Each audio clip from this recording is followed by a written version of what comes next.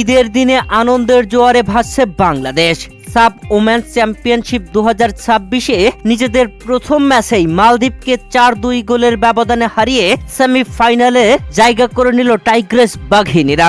প্রিয় দর্শক, বাংলাদেশ সাপের আসরে টানা 2বার চ্যাম্পিয়ন। তাই বাংলাদেশ বড় ব্যবধানে মালদ্বীপের বিপক্ষে জিতবে এমনটাই অনুমিয় থাকলেও বাস্তবে 3 পয়েন্ট পেতেই বাংলাদেশের নারীদের ঘাম ঝরাতে হয়েছে।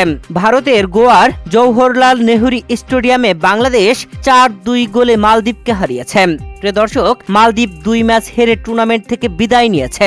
বাংলাদেশ ও ভারত উভয় দল 1 ম্যাচ জিতে 3 পয়েন্ট করে নিয়ে সেমিফাইনাল নিশ্চিত করেছে। 31শে মে বাংলাদেশ ও ভারতের ম্যাচটি হবে গ্রুপ সেরা নির্ধারণী।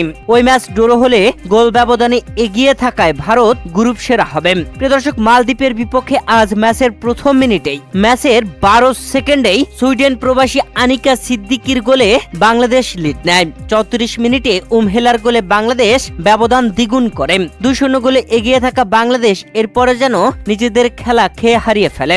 বাটলারের হাইলাইন ডিফেন্স তথ্যের কারণে প্রথমার্ধে 1 গোল হজম করে টাইগ্রেস বাঘিনীরা। বাংলাদেশের ডিফেন্ডারদের পেছনে ফেলে মালদ্বীপের নুরা আগুয়ান গোলরক্ষক মিলির মাথার উপর দিয়ে শট নিয়ে বল জালে পাঠান। 57 মিনিটে ডিফেন্সকে আরেকবার পরাস্ত করে মালদ্বীপ ফরওয়ার্ড ফাজলার শট বাংলাদেশের গোলরক্ষক মিলি গ্রিপে নিতে পারেননি।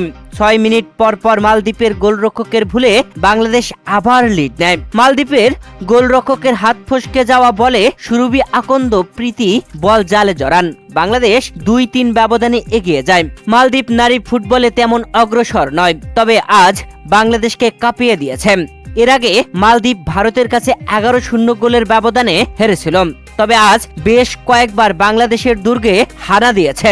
ঋতুপর্ণা চাকমা দূরপাল্লার কয়েকটি শট করলেও গোল আদায় করতে পারেননি, তবে আজ 3টি অ্যাসিস্ট করেছেন তিনি। ম্যাচের একদম শেষ মুহূর্তে অতিরিক্ত যোগ করার সময় ঋতুপর্ণা চাকমার কর্নার কিকে কোহাতি কিস্কুর গোলে বাংলাদেশ দারুণভাবে জয় তুলে নেয় 4-2 গোলের ব্যবধানে। প্রিয় দর্শক, আজ মালদ্বীপকে 4-2 গোলের ব্যবধানে হারিয়ে সাব ওমেন্স চ্যাম্পিয়নশিপে সেমিফাইনালে জায়গা করে নিয়েছে টাইগ্রেস বাঘিনীরা। প্রিয় দর্শক, এই ম্যাচে ঋতুপর্ণা চাকমা হ্যাট্রিক অ্যাসিস্ট তুলে নিয়েছেন, তবে পাননি কোনো গোল। তবে বাংলাদেশের হয়ে খেলতে নেমে অভিষেক ম্যাচে রেকর্ড করেছেন আনিকা সিদ্দিকি। ম্যাচের মাত্র 12 সেকেন্ডেই বাংলাদেশের প্রথম গোলটি আদায় করেছিলেন তিনি।